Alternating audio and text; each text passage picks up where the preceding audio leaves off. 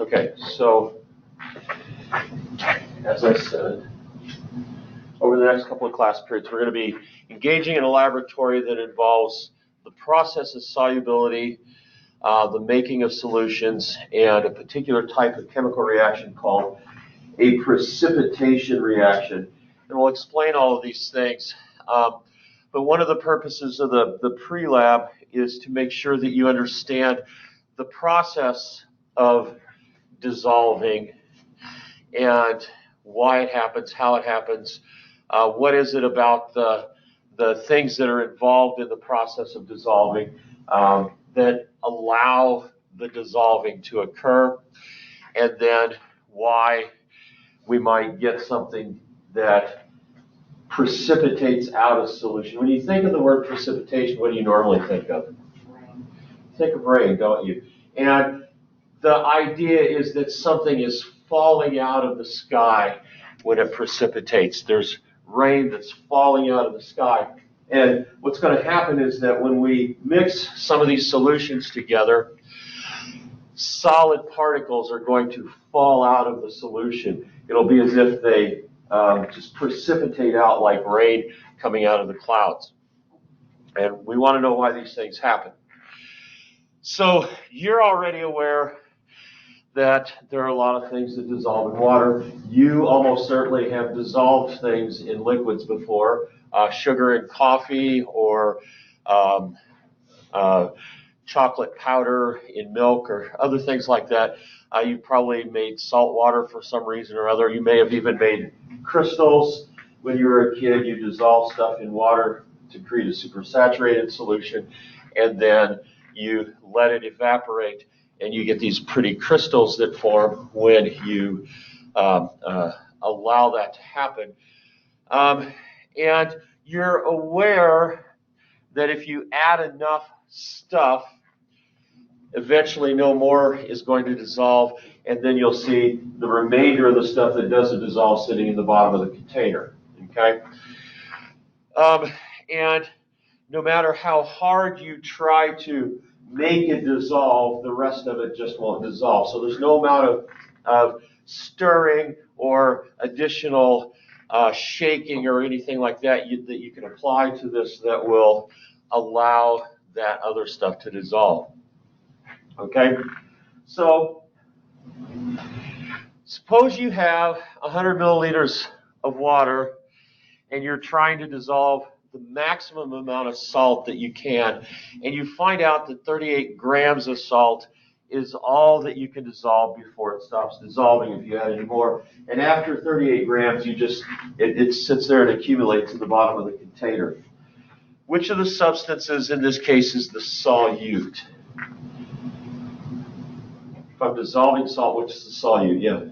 Would it be water? Okay. Water is going to be the solvent. The thing that does the dissolving is going to be the solvent. So water is going to be the solvent. So obviously the salt is going to be the solute. Okay? And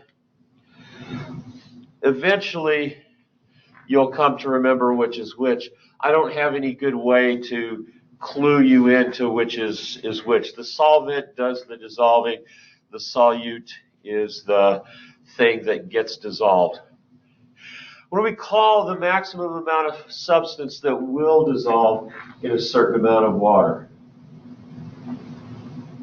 What name do we give to that process of the maximum amount of stuff being dissolved in water? We call it the substance is what? Any ideas? Thinking of the word solution and dissolve. It's going to be the solubility. Okay? Now, if you repeated this process under the same conditions 4 more times, would you expect to get the same result? In other words, would every time that you did this, you found out that at 38 grams, the substance stopped dissolving? Would you expect that to happen? Or sometimes might you be able to dissolve 42 grams under the same conditions, or 5 grams under the same conditions? Which would you expect? Happens the same every time or doesn't happen the same every time? Trayson, what do you think? Okay, I need you to have your... Okay, well think about it though. If I do this under the same conditions every time, do you think it's more likely that I would be able to dissolve the same amount, or do you think it's more likely that I wouldn't be able to? Okay, that's true. And we're going to say yes. Does anybody want to speculate as to why it's going to happen the same way? Yeah. Is it because it's the same conditions and the same materials? It's the same conditions and the same materials, but let's go a little bit deeper than that. What's involved if I take sodium chloride and I dissolve it? What I'm basically doing is splitting up the sodium chloride particle into its ions, the sodium ion and the chloride ion. First of all, how do I know that that hasn't changed its chemical nature?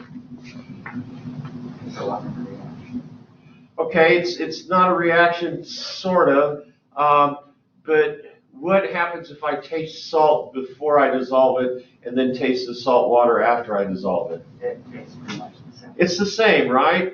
Okay, so we have this idea that I didn't really do anything to change the chemical nature of this process or of this substance. I just simply broke it down into its parts, but I still have the same features that I had before. So if I split this molecule up, what would that imply that had to happen to that molecule? Some kind of what had to be exerted on this particle? I had to exert some kind of a what to... Energy. Okay, or a... What's the actual thing that I exert on it? If I push something along the floor, what do I exert on it? A force. Okay, I exert a force. So some kind of force had to be exerted on this particle to pull it apart. Would you agree? If I'm going to pull this particle apart, there had to be some kind of a force exerted on it. And because we dumped it into water, we're going to speculate that water particles exerted this force. Okay, see how that works? I made an observation that I split this thing up. I had to have a force that caused that. My hypothesis is then that the water particles somehow exerted this force. So what we're going to say here is if you repeated this under the same conditions 4 more times, would you expect to get the same result? Why or why not? And we're going to say yes, because the same forces that pull the NaCl particles apart are present every time you do this.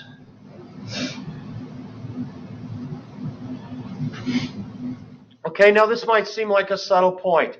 The same forces that pull the NaCl particles apart are present every time you do this. And you might say, well, that's no different than Kate saying, well, the same conditions are present every time that this happens. But what I want you to understand is what those things are that are causing this process to occur. The forces, I want you to acknowledge that the forces that are pulling this particle apart are the same every time I do this. Okay? Those same forces exist every time I do this. And the other aspect of this that I want you to make sure you understand is that if we get the same result in performing a test like this every time we do it, we call the feature of a substance, in other words, we call this solubility one of the substance's what? Yeah. Properties. We're going to say properties and ignore whether it's a chemical or a physical property. But when this happens, we can put this on here. When this happens, does the chemical nature of the sodium chloride change? It doesn't, so we could say, in this case, this is a physical property. The property of being able to dissolve to a certain amount is sodium chloride's physical property. Okay?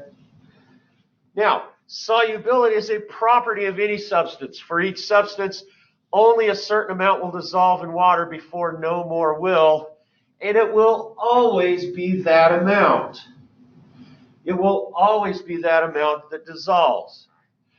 What do we call it when the maximum amount of substance that can dissolve is dissolved in a solution? We say that the solution is what?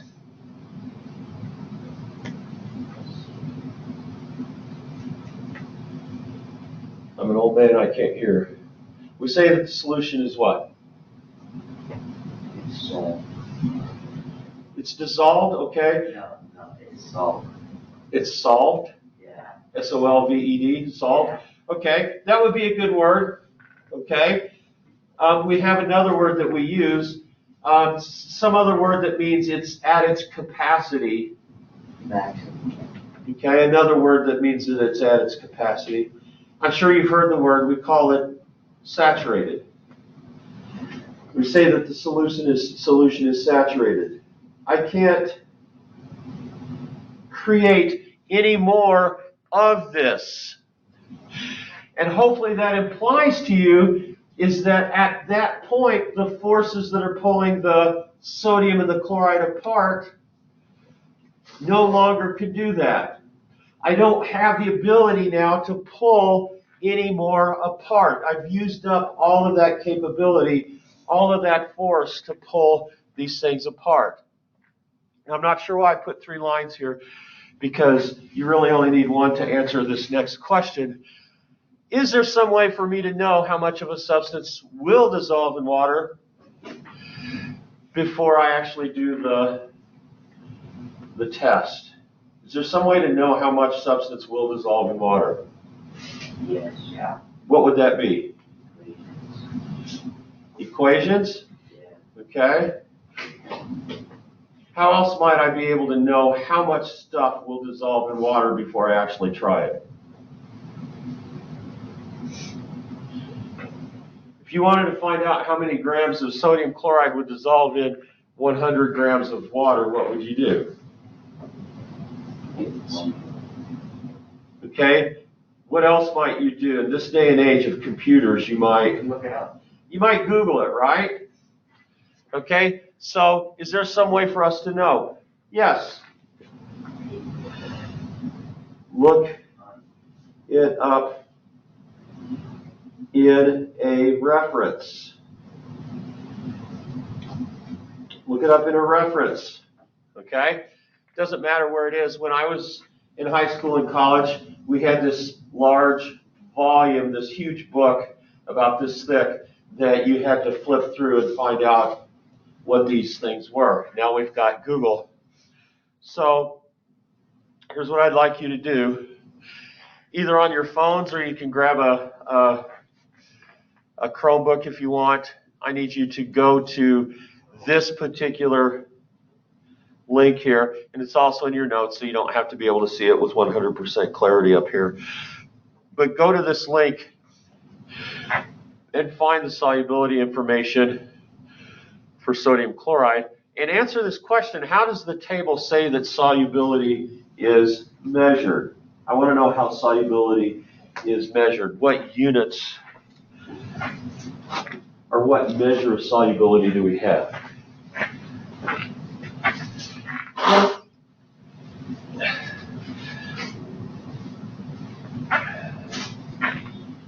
So you're all modern day people.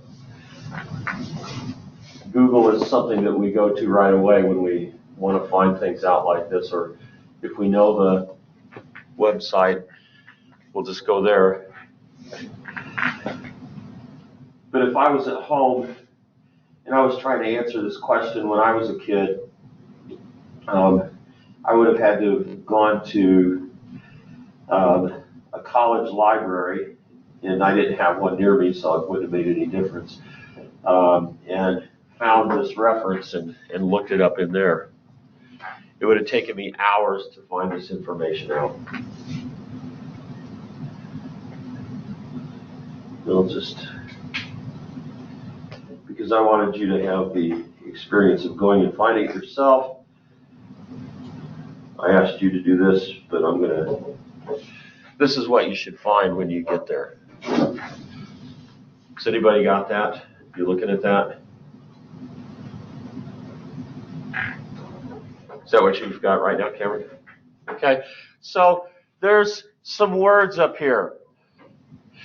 It says the table below provides information on the variation of solubility of different substances. Okay, so what does it say that we're measuring solubility in? I need to know how to quantify this. What does it say our measure of solubility is?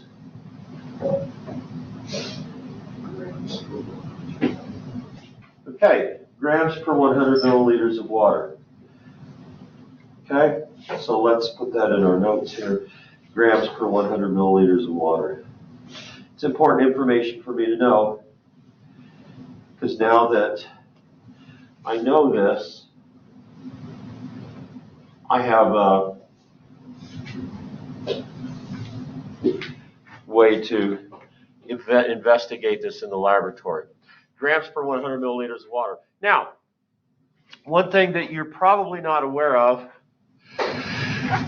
anybody have any idea how many grams of water 100 milliliters of water is? How many grams of water 100 milliliters of water is? In other words, what's its density? Huh? I don't know. What's its density? Grams per, how many grams per milliliter is the density of water? Any ideas? Let me show you here. Grams, so density of water equals 1.00000 grams per milliliter. Okay, 1.00000 grams per milliliter. Okay, what is the 1.00000 ... imply about the number of grams? If you see that kind of notation, that implies that it's exactly 1. Okay, exactly 1 gram of water per milliliter. This is how we originally defined what a gram was. We said a gram was the mass contained in 1 milliliter of water. And we decided to call that 1 gram. Okay, so that's why it's this way. Okay, we used this as a reference for mass before we knew anything else or knew how to find the mass of something. We said the mass of 1 milliliter of water, and they used cubic centimeters at that point. So the mass of 1 cubic centimeter of water is going to be called 1 gram. So that's why it's exactly 1. Okay? So if I know that, and I know that I have 100 milliliters of water, I know that this is also grams per 100 grams of water. Okay? And you can use this to kind of estimate the amount of mass of any water-based substance. If I go to the store and I buy a 2-liter bottle of soda pop, okay, and I know that I have 2,000 milliliters of soda pop, I immediately also know that I have 2,000 grams of soda pop. Okay, so that's something that you can do. And I find myself walking through the store saying, oh, that's so many grams. Oh, that's so many grams. If I see liters of something. Okay, so you can use that to estimate. So if I know that a 2-liter bottle of soda pop is about 2,000 grams or 2 kilograms, if I also know that 1 kilogram is 2.2 pounds, I know that the bottle of soda pop weighs 4.4 pounds. Okay, so these are things that you can sort of add to your life if you want to.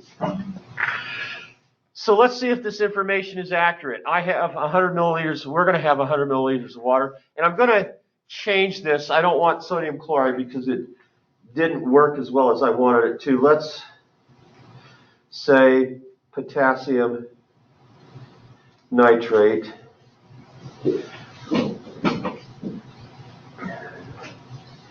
Okay, let's see if the information is accurate. I have 100 milliliters of water, or we're going to have 100 milliliters of water. Let's see how much potassium nitrate will dissolve in it.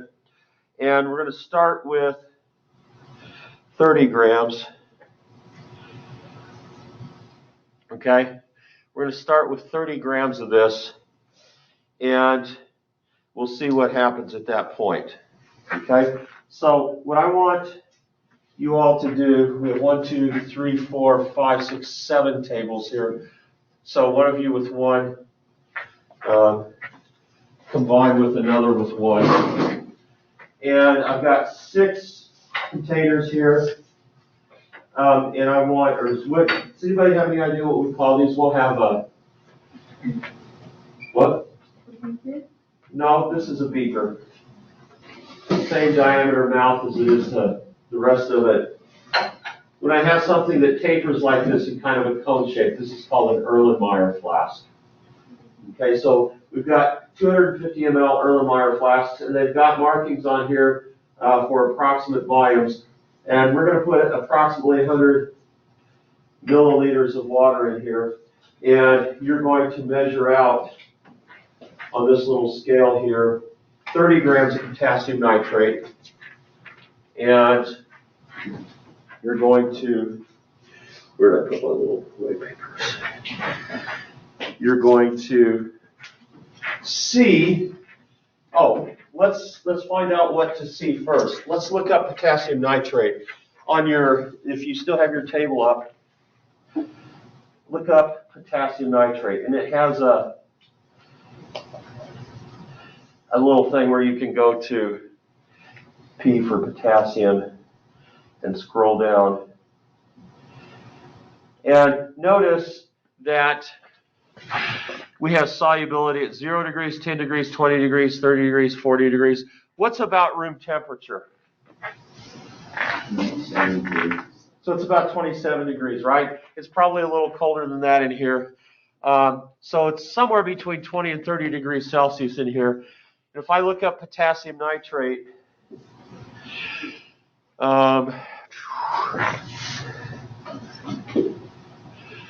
potassium nitrate, scroll down further. Potassium nitrate. So at 0 degrees, we have 13.3 grams. It'll dissolve. At 10, we have 20.9. At 20, we have 31.6. Let's actually use 40 grams of potassium nitrate instead of 30, because I want it not all to dissolve. Okay, so 1 from each table. If you're a single, come up and do it yourself. If you're not, one of you from each table, grab a beaker, and what you're going to do is take potassium nitrate, put one of these little pieces of paper on the scale.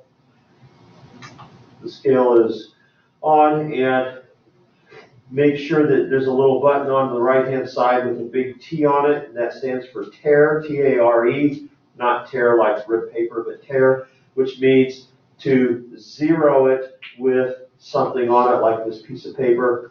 And then you're going to open this up, and using the spatula, you're going to dish out 40 grams of potassium nitrate on this sheet of paper. You're going to dump it into your beaker or your Erlenmeyer Flask. Then you're going to go to the sink and fill it with 100 milliliters of water. And so go ahead and do that. And let's see if we can get it to dissolve. And all you'll need to do is just swirl it, and swirl it, and swirl it. Okay, go. And if you're doing this, if you're the one doing this, you need your goggles on.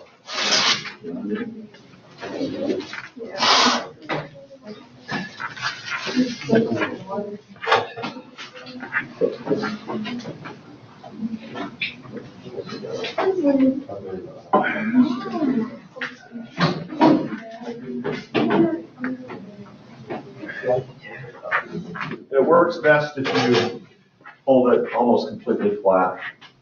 Yeah, don't just, so actually use the spatula. Tilt it, tilt it almost completely flat, and then stick your, no, not like that, because it'll go all over the place. So let me show you. So you need to get it on the spatula like this as much as you can, okay? And then dump it on there, because we don't want it spilling all over the place. Okay, so 40 grams. That's going to be quite a lot.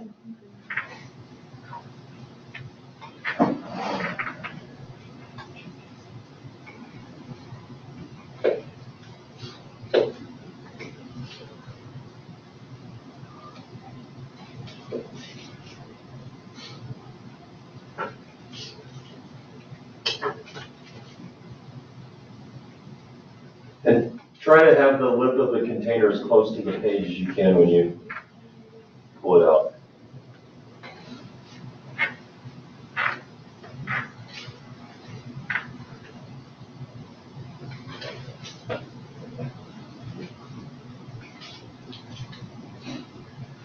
Should have got a spoon.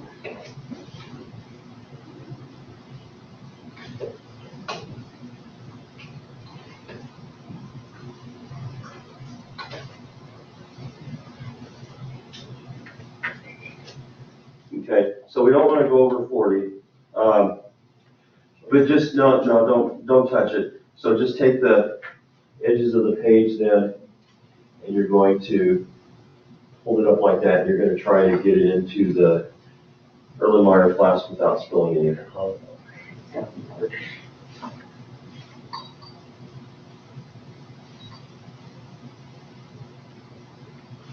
Wasn't as hard as you thought, was it? Okay. So go ahead and fill it to the 100 milliliter mark, and then see if you can get all of that to dissolve. And remember how much it was that you had. So you had a 41.15. So you want about 100 milliliters? No, just to the 100 milliliter. Okay, that's a good point. Probably should put the 100 milliliters in the flask before you put the water in. So just go a little over 100 milliliters.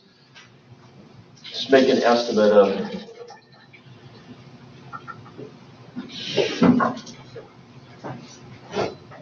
So how far would you need? Okay, so that's probably all going to dissolve, but let's see what happens. And I'm actually going to go ahead and pre-fill these. Ooh. So why would I change my mind and say, I want you to put the water in the flask first? Because it adds height to it so that you have less than 100. Yeah, so if I put the substance in the beaker first, or the flask first, it takes up some of the volume, doesn't it?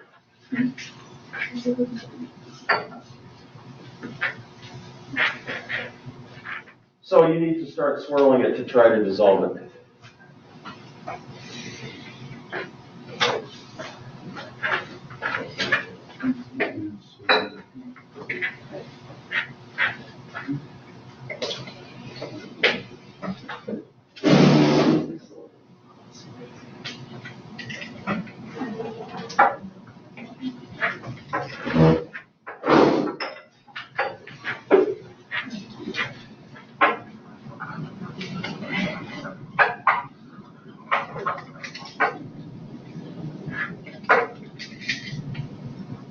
Marshall,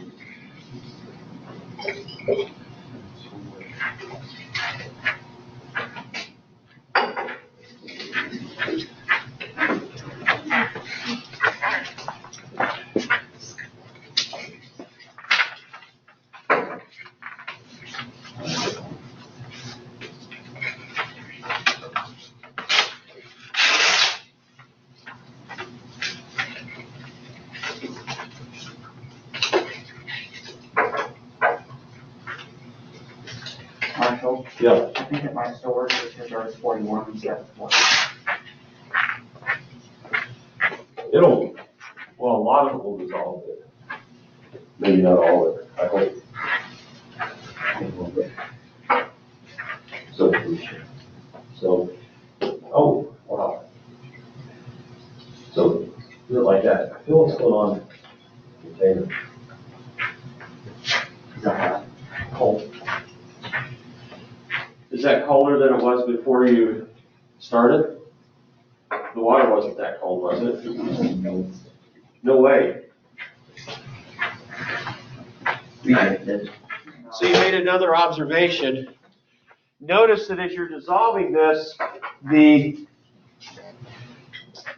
temperature of the flask is going to get really cold.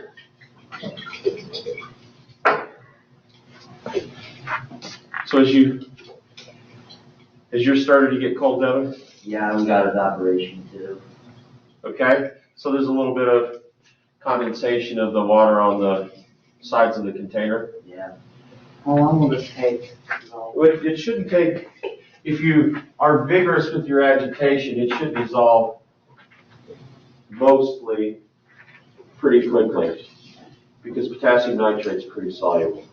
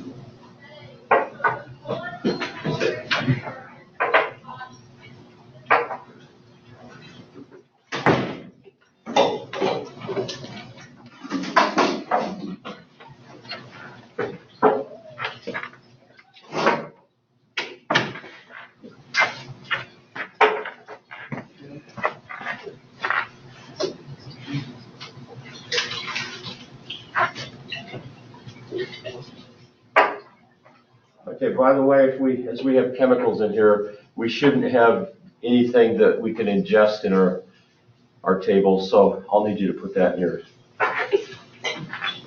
backpack. And Braden, why don't you come over here and join Cameron?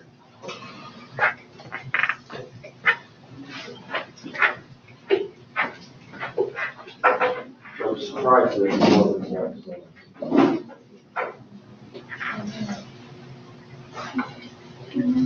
It's like a diet chunk, just so you know.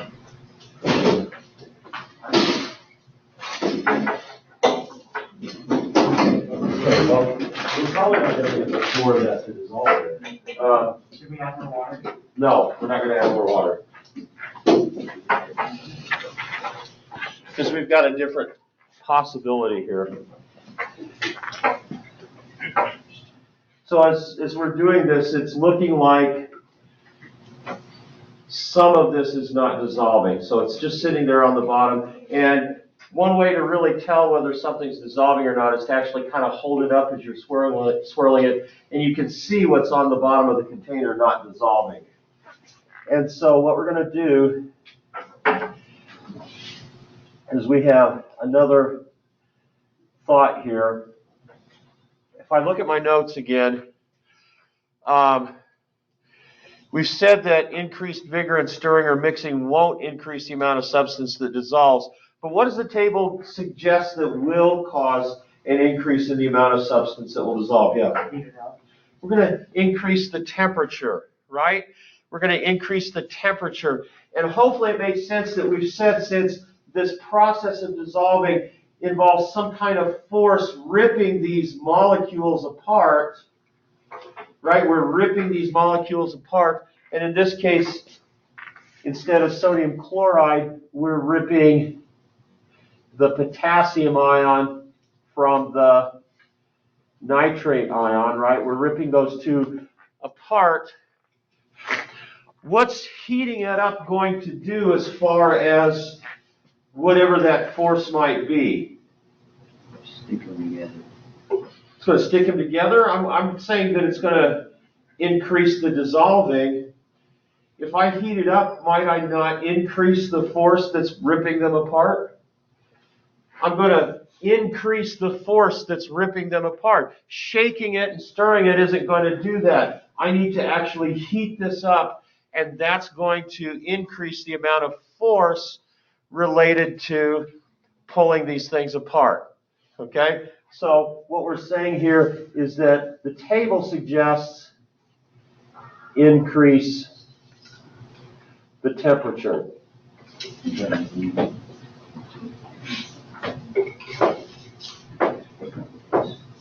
Okay? And so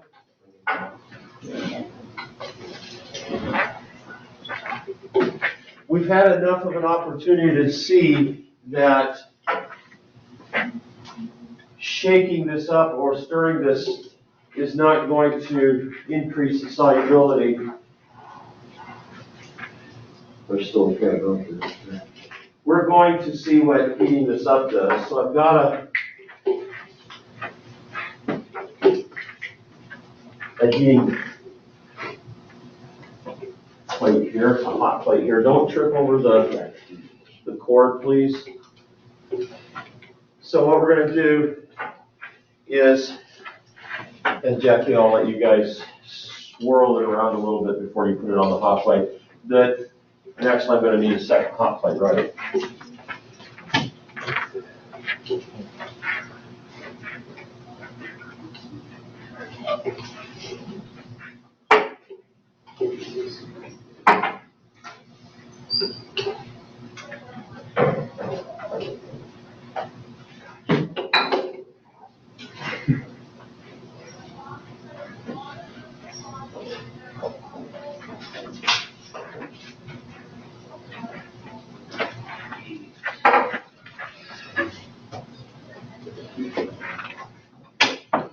So the rest of you, go ahead and bring your containers over here.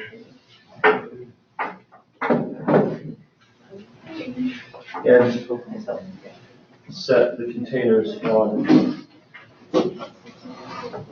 one of these hot plates. Not the center, because we'll leave it. Don't trip over the wires, please.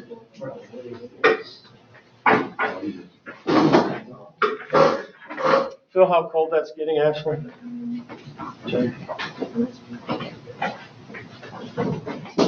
Okay, so that might be a substance that you could put in one of those cold packs. You know, where you start dissolving it. So what would that indicate about this process of dissolving in this case? What would the fact that the beaker's getting colder say about the process? Is this a process that sucks energy into it, or is this a process that releases energy? Probably sucks it in. Yeah, it sucks it in, right? Because the thing's getting colder, it's pulling energy in from the surroundings to cause it to happen. If it was exothermic, what would be happening to the beaker? It'd be getting hotter, right? Okay, so we're going to say that in this case, this dissolving is an endothermic process. And Jackie, why don't we go ahead and put that on the hot plate. And so we're going to wait for a while and increase the temperature. And Marshall, yeah, one of the hot plates is on higher than the other. that's all right. But thank you for telling me. Okay. So one of the things that we notice then, actually increasing the temperature of the water will increase how much dissolves. If we graph the amount of a substance that dissolves at a certain temperature, we have created a solubility curve. Okay, not terribly imaginative, but we've created a solubility curve. And each point on the curve indicates the amount of substance in solution when the solution is saturated. Okay, now, it's a common thing for you to have to interpret things on graphs on an ACT test. So we're going to practice that skill here a little bit. If you look at the stuff below the curve, it says using the diagram of the curve, how much potassium nitrate, and this steepest curve here is the potassium nitrate curve, how much potassium nitrate will dissolve in 100 grams of water at 50 degrees Celsius? 100. 100 grams of potassium nitrate will dissolve in 100 grams of water at 50 degrees Celsius. I think so. Here's 50 degrees Celsius right here. But wait, no, it's like 75.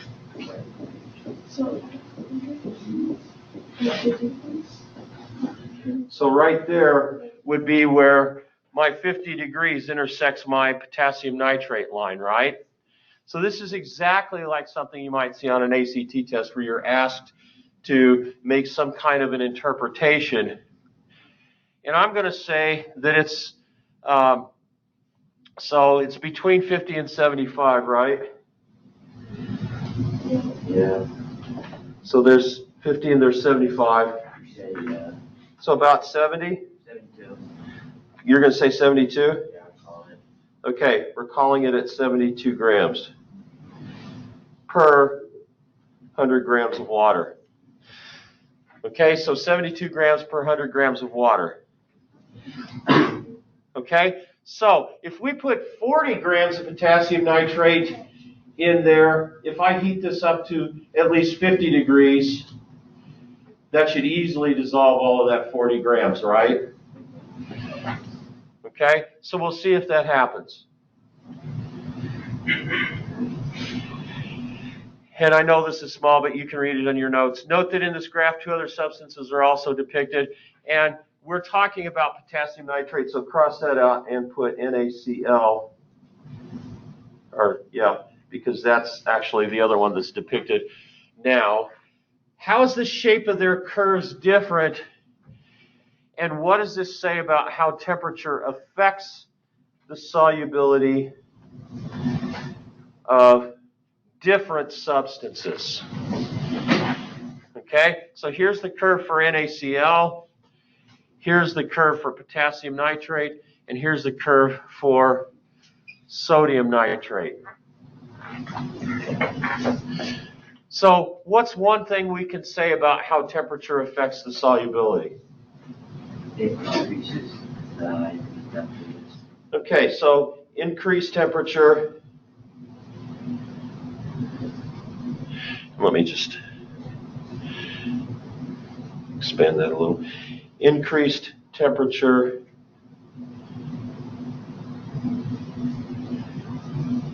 increases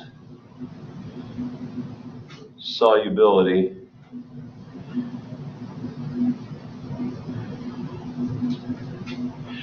But what could you say about the difference for different substances?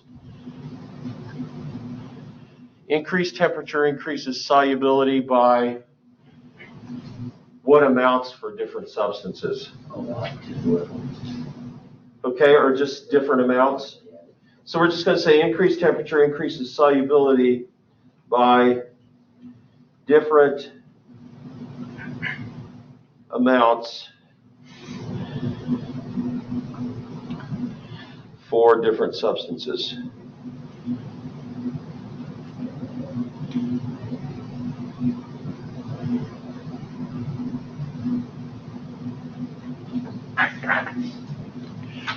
Okay?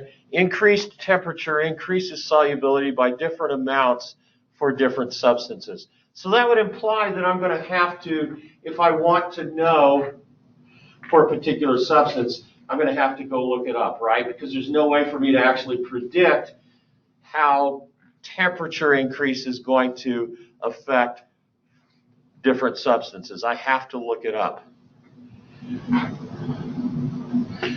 Okay? Now, just a question here. What do you think the difference in increase in solubility is going to depend on? What do you think the difference in the increase in solubility for different substances is going to depend on? We've said that this process of dissolving is taking a force and ripping these molecules apart into their ions, right? So what do you think the difference that temperature makes is going to depend on related to each different substance? If temperature affects the solubility by different amounts, what's that difference probably going to depend on? Any thoughts? Like how strong it is, right? So how strong the particles are already stuck together. If I've got two particles that are really, really stuck together, it may be that increasing the temperature doesn't increase the solubility that much, right? But if I've got two particles that are only loosely stuck together, the temperature is probably going to have a much greater effect on that. Okay? So the solubility curve could probably tell us something about how tightly those things are stuck together in the first place. Also, is there any way this information could help us identify a substance? Is there any way this could help us identify a substance? If I have an unknown substance, what could I do to maybe use this information to help me identify that substance?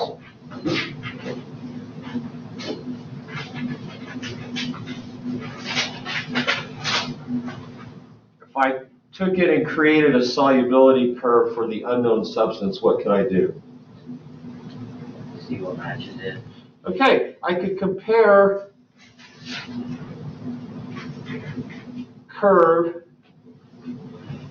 of unknown substance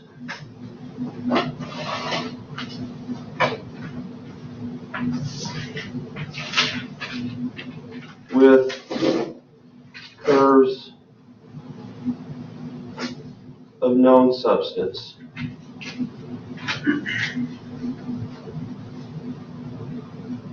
Okay? That should make sense.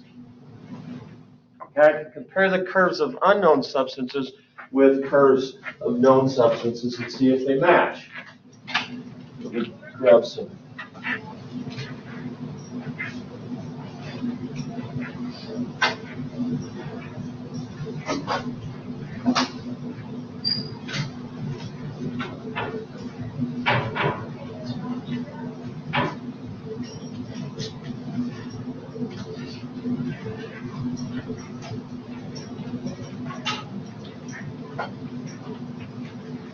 Okay, so let's see what's going on with our substances.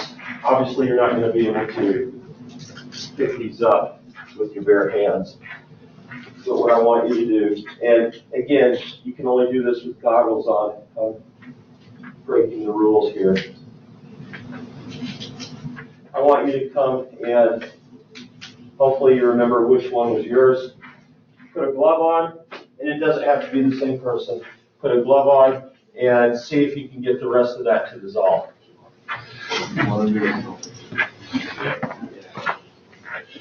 And then take it and show your partner that if you've got someone else sitting at your table.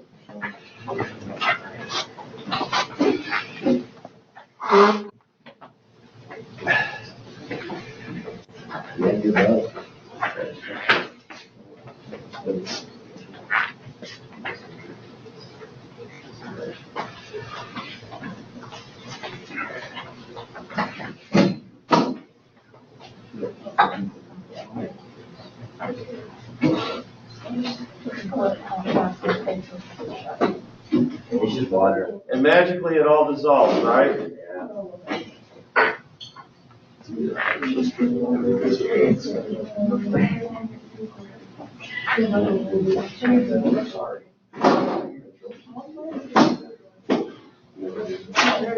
Yeah, don't touch anybody with the, although it won't be very long before they cool off enough to touch, but let's see if we put these on the surface of the table in front of you for a while, if it'll cool down enough for some of it to actually start coming back out of solution.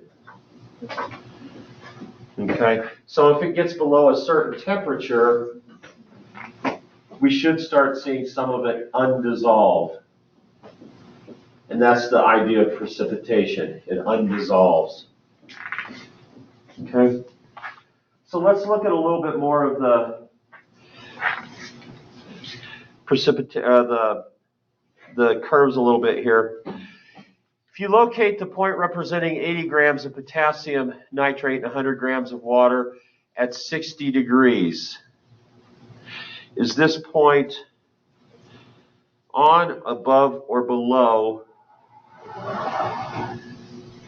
the curve here? So here's potassium nitrate at 60 degrees. Wow, that's a really round dot, isn't it? So that's the point at 60 degrees, at 60 degrees, where I would have a saturated solution. And what I'm wondering here is if I say I have 80 grams, is that going to be below, at, or above the saturation point? At. Okay, so you think this point right here in the middle between 75 and 100 represents 80? No. Wouldn't 80 be a little bit more like right here? Yeah. Okay, so if I don't have enough to saturate it, what do we call that state? So if this point is below the saturation point, does this mean that we can add more before it's saturated? And your answer is yes, right? I can add a little bit more. In terms of saturation, what would we call this solution where I don't have complete saturation? What would we say? Unsaturated. It's unsaturated. Okay? Now, what would happen if we cooled that to 40 degrees? If we cooled that to 40 degrees, if I'm right here, if I've got this much in it, and then I cooled this to 40 degrees,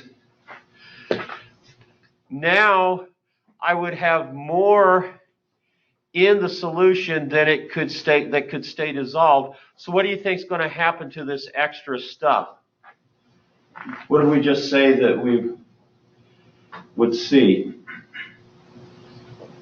It will undissolve, right? We call that precipitation, right? We will get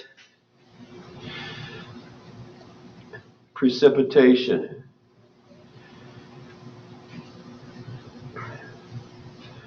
Of potassium nitrate. And you can put in parentheses there, undissolve. Okay? That's kind of the easiest way to think about it. It undissolves.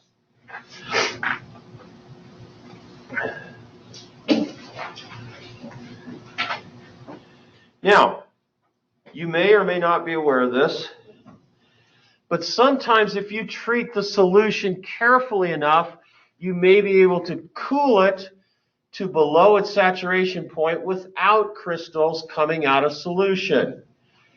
You've then created an unstable solution. So if I have more dissolved than it's supposed to be dissolved, what might we call that kind of a solution? It's, Oversaturated would be a good way to say it, but we're going to say something different. Maybe you've heard of the term supersaturated. We're going to call it a supersaturated solution, saturated. But you're right, a good way to think about it is that it's oversaturated. So you can put that in parentheses after that. Providing a seed crystal or just even agitating the solution may cause the excess to come out of solution. Now, you're aware of a supersaturated solution even though you don't know it. Has anybody ever made fudge? No. Yeah? So, when you make fudge, you make a supersaturated solution of sugar. Okay? You put more sugar in or more syrup in a circumstance than it's supposed to be able to dissolve. Okay? So you actually have more sugar in a solution that you're making fudge with than it's supposed to be able to. And if you treat it very nice and gently, you can maintain that supersaturated state and you get this nice, creamy, really good fudge. But if you agitate this solution before it's ready to be agitated or ready to be used, you will get very, very grainy, icky kind of fudge. I don't know if you've ever had fudge before that's really grainy and it's just not very satisfying as opposed to this nice creamy fudge. But this is an example of a supersaturated solution. Making fudge is an example of that. Making Jell-O would also be an example of that. So we have we create a supersaturated solution of protein in the Jell-O mix, and then as we cool it, if it works right, you'll actually have a supersaturated solution for a while, but then it'll finally harden and basically crystallize out, although it's not very crystalline, it's nice and wobbly. Okay? Or some of you may have made sugar crystals when you were a kid or younger, where you put as much sugar in, dissolve as much sugar as you can when it's really hot, and then you put the strings in a pan and you let it cool, and for a while it's super saturated, but then you get these really nice big sugar crystals if you do it right and you don't agitate the container. Okay, what is the solubility of potassium nitrate at 70 degrees? Since we're on potassium nitrate, if I go to 70 degrees, and I go up to my potassium nitrate curve, it's kind of right there between 100 and 125. What do I want to call that? 120. 120? Yeah. Does anybody disagree with that? There's 125, and there's 100. Probably 118. Okay, Devin's calling it at 118. He's the official caller. 118 grams per 100 grams. Okay, at what temperature will the solubility of potassium nitrate be 25 per 100 grams? So I follow my curve down to 25. What temperature am I going to say? That's 7. We're going to call that 7.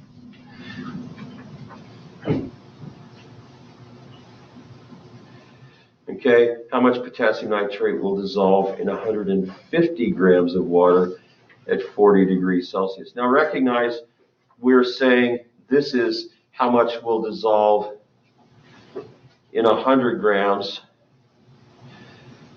So if I say that this much will dissolve in 100 grams, how much will we say is dissolving in 100 grams? Devin, you want to call this one? 55. Okay, so we're going to say 55 will dissolve in 100 grams. What am I going to do to figure out how much dissolves in 150 grams? If I have 55 per 100 grams, what am I going to do to find out how much dissolves in 150 grams? You divide 55 by 2, and then you add it to 55. I'm not sure that's going to work. I think you will. Let's see. You do that, and I'm going to do it my way. Right? The ratio should be the same. If I have 55 per 100 grams, how many grams am I going to have per 150 grams? And so I'm going to multiply 55 by 150 and then divide by 100. Or I could just multiply by what number? It's 150 divided by 100. 1.5, maybe? So I'm going to multiply 55 by 1.5.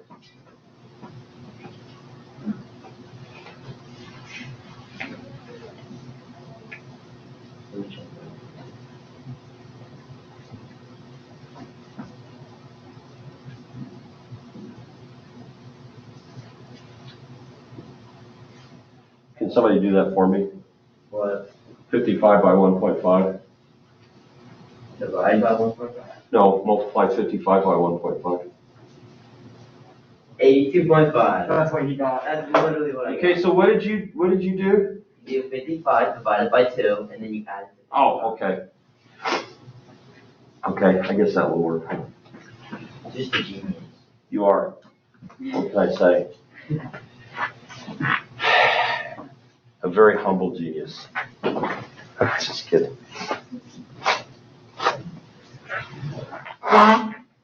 Okay, so let's go ahead and stop there. We need to spend one more pre-lab session, and then we'll start doing the lab. So next Friday is actually a short day, so it's some way, shape, or form. Hopefully, we'll get to doing some actual lab stuff on the following Tuesday. But this will end up being pretty cool. So we'll stop there today. And if I could get you to bring your